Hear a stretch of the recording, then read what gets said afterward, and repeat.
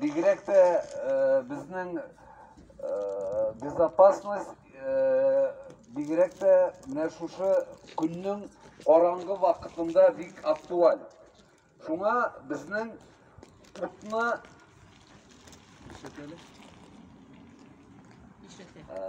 русча светоотражающий элемент дип атала. Яктырткыч элементлар. Яктырткыч элементлар безнең җәяү йөрүчеләрдә куллану мөһим.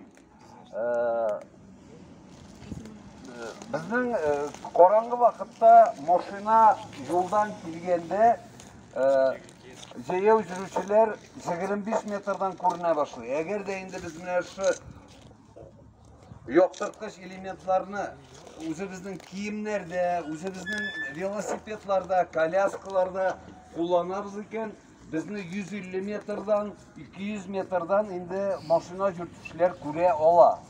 Һәм инде без инде сезгә тәкъдим итәбез менә шу яктырткыч элементларны тормышта кулланырга, инде монда менә шу җәяү чыгу переходларында да, юл кырыннан баруда да бу бигрәк тә мөһим.